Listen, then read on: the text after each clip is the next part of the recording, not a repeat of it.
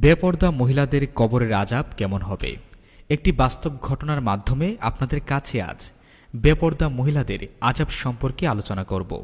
ইমাম সাহেব বললেন, যদি তোমাদের বিশ্বাস হয় কবরস্থ ব্যক্তি জীবিত, তাহলে কবরটি খুলতে পারো। তারা সাহস করে কবরস্থানে গিয়ে তার কবর খুলে দেখে সেখানে এক বিমস্ত্র নারী বসা, তার কাফনের কাপড় পচে নষ্ট হয়ে গেছে।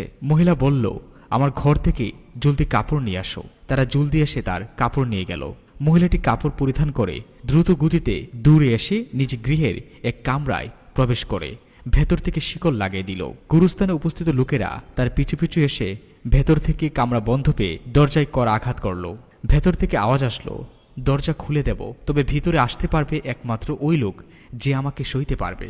সাহসী লোক ছাড়া কেউ ভিতরে প্রবেশ করতে পারবে না। অতঃপর সে মহিলা দরজা খুলে দিল, আর সাহসী 2-4 জন ভেতরে প্রবেশ করে দেখতে পেল মহিলাটি একটি চাদর পিছিয়ে আছে। তারা ভিতরে গেলে সে প্রথমে তার মাথার কাপড় সরিয়ে দিল। তারা দেখল যে তার মাথায় চুল চামড়া কিছুই নেই, কালি খুলি আর হাড় ছাড়া। তারা জিজ্ঞেস করল, তোমার চুল কোথায়?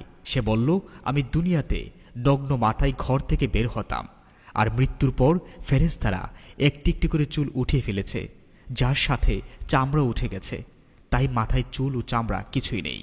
অতঃপর সে মহিলা তার মুখের কাপড় সরিয়ে দিল। তার মুখ দেখতে এত ভয়ানক যে শুধু দাঁতগুলো ছাড়া আর কিছুই নেই। উপরে নিচের কোনো ঠোঁট নেই, শুধু 32টি দাঁত ছাড়া। লোকেরা জিজ্ঞেস করল, তোমার ঠোঁটের কি হলো? সে বলল, আমি লিপস্টিক লাগিয়ে বেগানা পুরুষদের সামনে যেতাম, তাই সে পাপের শাস্তিস্বরূপ আমার ঠোঁট কেটে ফেলা হয়েছে।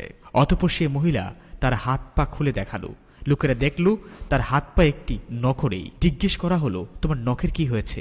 উত্তর দিল, নখ পালিশ লাগানোর শাস্তিস্বরূপ একটি একটি করে আমার নখগুলি উঠিয়ে ফেলা হয়েছে। এইটুকু বলার পর সে বেহুশ হয়ে পড়ে গেল। লোকেরা তাকে নাড়া দিয়ে দেখল যে সে মৃত্যু অবস্থায় আছে। তাকে আবারও গুরুস্থানে সমাধিস্থ করা হলো। এই ঘটনাটি এজন্য আপনাদের কাছে বলা, শিক্ষা গ্রহণের জন্য। এই মহিলাকে কিছুক্ষণের জন্য জীবিত করা হয়েছিল। বেপর্দা মহিলাদের জন্য এ ঘটনা বড়ই শিক্ষণীয়।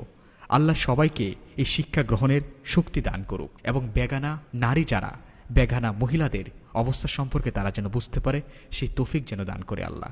এই ভিডিওটি প্রত্যেকজন শেয়ার করবেন, যেন আমাদের বর্তমানের এই আধুনিক নারীরা যাতে নিজেদের অবস্থান সম্পর্কে, আল্লাহ তাআলার শাস্তি সম্পর্কে জানতে পারে। আল্লাহ হাফেজ।